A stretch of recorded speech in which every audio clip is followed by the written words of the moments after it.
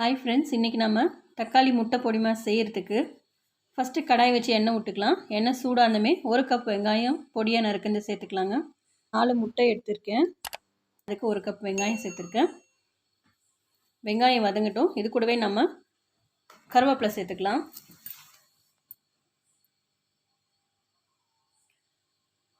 குடமிளகாய் 1 cut பண்ணி வச்சுருக்கேன், அதை சேர்த்துக்கலாம். குடமிளகாய் ஆப்ஷன் தாங்க, நீங்கள் வேணும்னா போட்டுக்கலாம், இல்லைனாலே விட்டுடலாம்.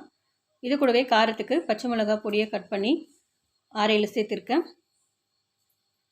இதை நல்லா வதக்கி விட்டுக்கலாம்.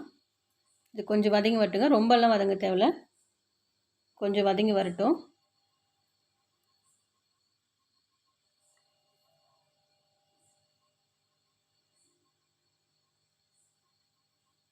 பாருங்கள், இந்த அளவுக்கு இருந்தாலே போதும், அதுக்கு மேலே ஃப்ரை பண்ண வேண்டாம். இப்போ நம்ம முட்டையை சேர்த்துக்கலாம். 4 முட்டை சேர்த்துக்கிறேங்க நான். இப்போ இந்த முட்டை போடும்போதே அது கூட நம்ம சால்ட் சேர்த்துக்கலாம்.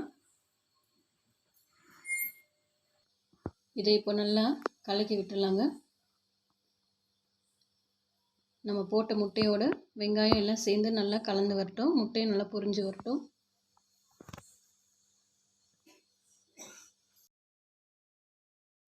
நீங்கள் இந்த மாதிரி செஞ்சு கொடுத்தீங்கன்னா முட்டை பொரியல் சப்பாத்திக்கு ரொம்ப சூப்பராக இருக்கும், பசங்களும் ரொம்ப விரும்பி சாப்பிடுவாங்க. பாருங்கள், இந்த ஸ்டேஜில் நம்ம ஒரு தக்காளியை பொடியாக கட் பண்ணி சேர்த்துக்கலாம். தக்காளிக்கு மட்டும் ஒரே ஒரு பிஞ்சு சால்ட் சேர்த்துக்கலாம்.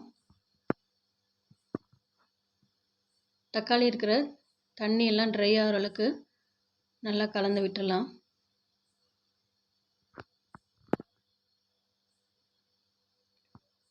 பாருங்க, இந்த மாதிரி நல்லா ட்ரை ஆகணும்.